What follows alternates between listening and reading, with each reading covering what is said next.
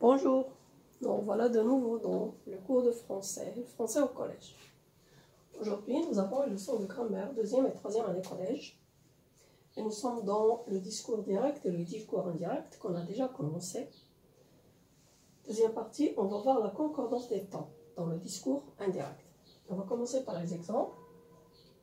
Vous avez la phrase « Est-ce que tu as lu ma lettre ?» demande Jeanne à Paul. Verbe introducteur au présent. Donnez-moi le discours indirect. Allez, essayez. Oui? Alors, on a Jeanne demande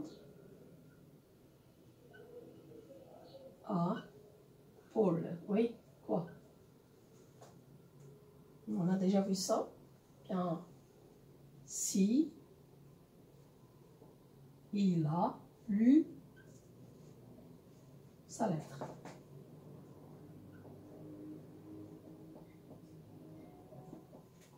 Alors, vous avez ici si et il. On a rencontre de deux voyelles. On va supprimer le i et on va mettre l'apostrophe. S'il a lu sa lettre. Bien. Et on a la deuxième phrase, le deuxième exemple. Deuxième exemple. Est-ce que tu as lu ma lettre?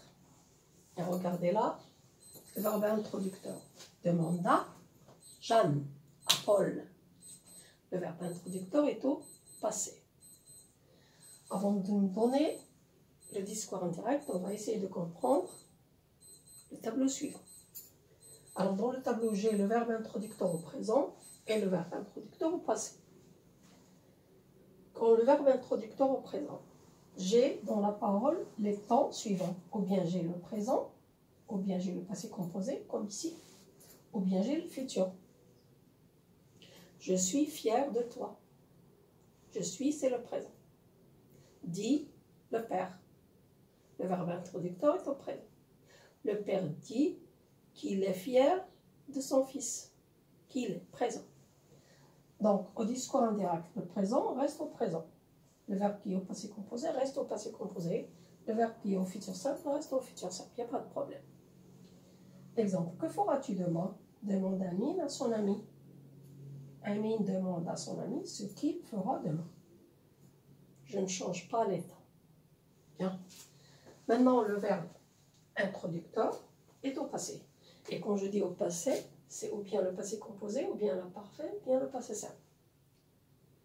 Au passé. Dans la parole, je peux avoir le verbe au présent, je peux avoir le verbe au passé composé, et je peux avoir le verbe au futur simple. Quand je mets la phrase au discours indirect, je remplace le présent par l'imparfait. Et le passé composé par le plus que parfait. Et le futur simple par le conditionnel présent. C'est la règle, c'est la concordance des temps. Exactement comme on a vu dans les temps du récit, rappelez-vous. Exemple, j'ai lu ta lettre, je suis content. J'ai ici deux verbes. J'ai lu au passé composé, je suis au présent. A dit Paul. Le verbe introducteur est au passé. Je peux dire disait Paul ou bien dit Paul. De toute façon, ce sera le passé. Discours indirect. Paul a dit qu'il avait lu, donc j'applique la règle. Passé composé, je le remplace par le plus que parfait. Paul a dit qu'il avait lu la lettre de sa mère et qu'il était content. Je remplace le présent par l'imparfait. Et qu'il était content. J'espère qu'on a compris. Maintenant, donnez-moi le discours indirect de la phrase « Est-ce que tu as lu ma lettre ?» demanda Jeanne à Paul. Appliquez la règle. Oui. Donc, je peux dire Jeanne demanda, et là, on a le verbe au passé. Bien. À Paul. Oui. Qu'est-ce que je vais mettre? Bien. Le plus que parfait. S'il avait lu sa lettre. Vous y êtes? Alors j'espère qu'on a bien compris La concordance des temps, pardon. Et si on vous donne une phrase au discours direct et qu'on vous demande de la mettre au discours indirect, la première chose à faire, c'est de regarder le temps du verbe introducteur. Oui, c'est très important. Et d'appliquer la règle. Au revoir, à la prochaine fois.